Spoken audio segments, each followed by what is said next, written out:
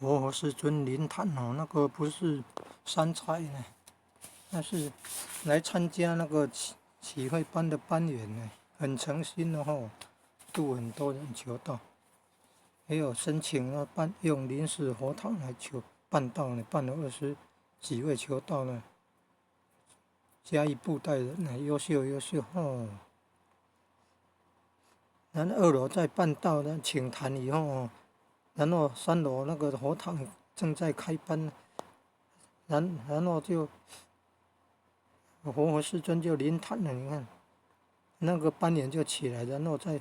佛堂里面这样走动行班呢。那时候走到后面那个坐轮椅的坤到了背后，好像做那个灵疗的动作嘛。那个是有个前线，在那个新营天人佛堂合成单位天人佛堂介绍提到的。